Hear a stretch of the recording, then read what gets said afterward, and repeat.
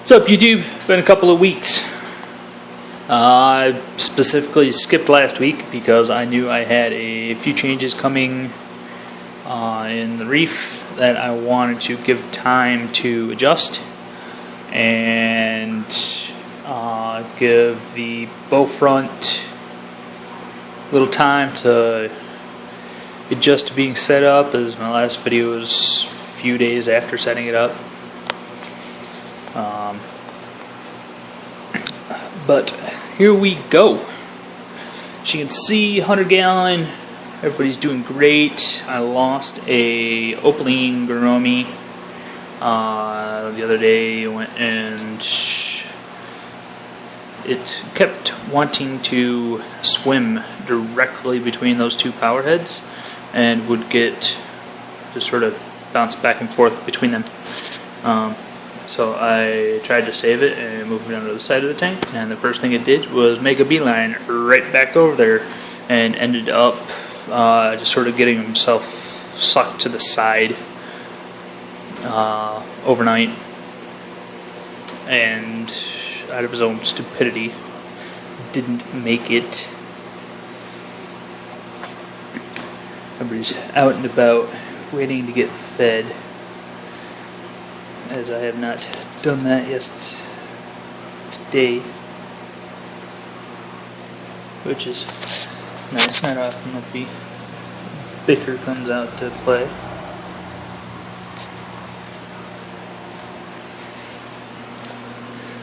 Walter, curious where his lunch is. Royal Pleco, of course, hiding in the shadows, working with the glare here, because it's 5 in the afternoon, so I still got my glare off the back door. But onto the other tanks. We got the bow front. Antlers doing what antlers do best, reproducing like mad. There's been 3 birthings in this tank in the last 2 weeks. No, 2 birthings. And soon, hold on, where is, I'm missing a female. Where is she?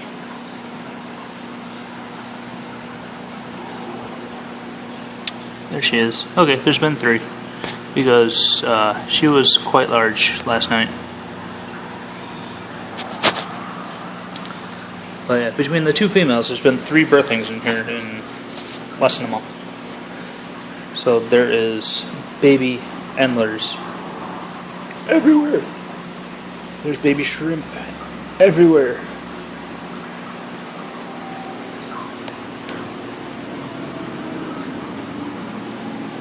And there's one crypt that randomly got pulled up. I'm going to blame the plecos for that. But as you can see, every plant in here is doing great. Has been no crypt melt. Surprisingly, I was expecting at least a couple of the plants to melt a little bit. This ocelot sword took the move a little hard, but it's already shooting up some new leaves. Most of the Anubias is getting nice and cleaned off from the bit of algae that was on those. Between the autos, the 2 clown plecos, the 2 bristlenose plecos, the shrimp, they do a good job of cleaning that stuff up pretty quick. Again, apologize for the glare. It's the middle of the day. This is why I usually shoot my videos about 9 at night. But I was bored and figured it was time to do an update. As you can see, she is, give it 2-3 more days.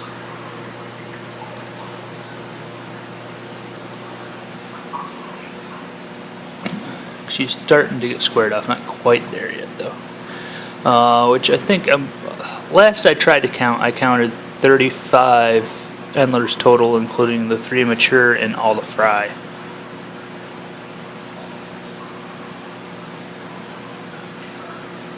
I'm going to try to, thinking about 60, I'll start culling fry.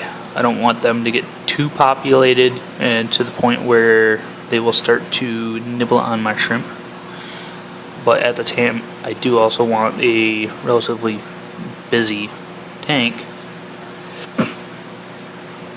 as it is appearing to be now. Since I got movement in all levels.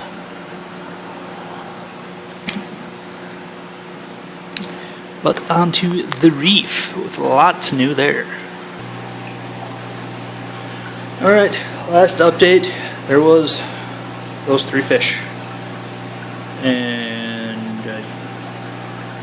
that leather and that rose bubble tip were all that was in this tank. Now, we'll start over here. As you can see, there was a large rock here and another rock on top that was covered in pally.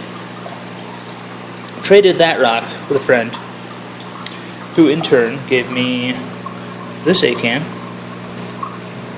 those green mushrooms, that red mushroom, and this daredevil of a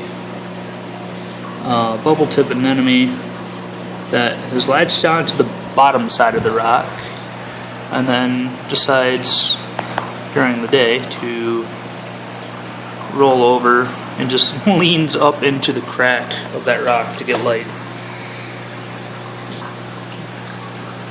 And then a couple days ago I picked up the skunk cleaner shrimp.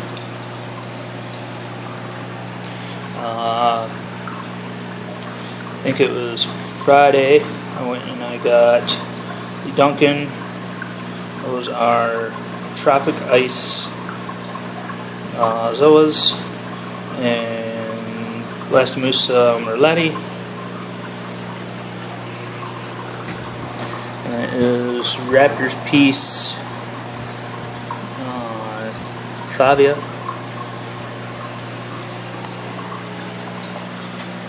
And then yesterday I picked up Green Star Polyp, separated away from the rest of the reef so it can't invade too much. Although I may end up putting it against this rock and letting it take this rock over. It's a future thing. Right now I don't want it going too far. The rose bubble tip has gotten about 3 times its size since the last update. And there was this rock originally was over here. Moved it away from here because I don't need those protopally very easily spreading, even though protopallies can just detach their stalk and float around the tank and find somewhere else to grab, like that one and that one and that one. Yeah, protopally are invasive, they're annoying. Oh, one of my newest additions, picked that up yesterday. That is a dwarf angelfish, a dwarf pygmy angelfish. Spends most of its time doing exactly that. It hides normally behind these rocks here. You'll just see a purple flash here and there. I also picked up, see if I can find it, a neon dottyback. Some other angelfish. Of course, it's not in that hole. Usually hiding in that little cave is a blue spotted watchman goby that I picked up yesterday also. Not sure where the neon dottyback is. Oh, there it is. If the camera wants to focus. Yeah. Oh, and I picked up 2 fire shrimp, which are always on the back side of the rocks, so I can't enjoy them too much. See if I can get a better angle. No, not really. Where's the other one? Oh well. Oh yeah, there's 2 fire shrimp. So now, aside from maybe picking up some more zoas here and there, I'm going to do, other than normal husbandry for a saltwater tank, I plan on doing no more purchases for this tank and just let it grow in and things do their thing, because that's what reef tanks do. You leave them alone and let them do their thing.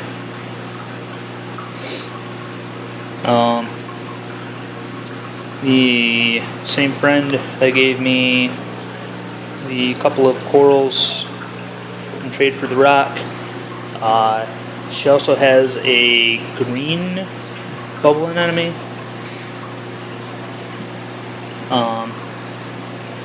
Or bubble tip anemone, I should say, that she is going to try to find. It's her one main anemone keeps splitting, so we might do a trade on that, and I'll start that one over on that end of the tank and let it go where it wants to go. I can't believe this one decided that's where it wanted to be. I'm sure once it gets larger it will move again, but that's just, it's humorous. Because I originally placed it right there, and then I couldn't find it, and then I realized it had went and crawled over here and went underneath the rock and attached itself. And it's been there ever since.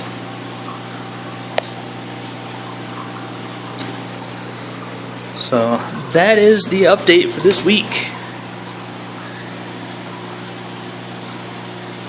Oh, and today I added the screen net. These are 3/4 inch holes. The only real jumper fish that I have in here is that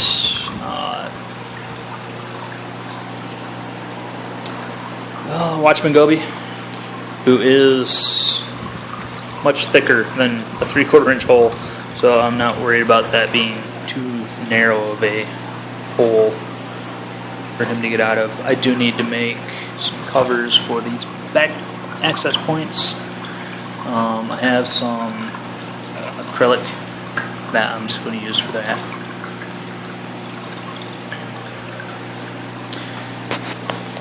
But there you guys go. Let me know what you guys think.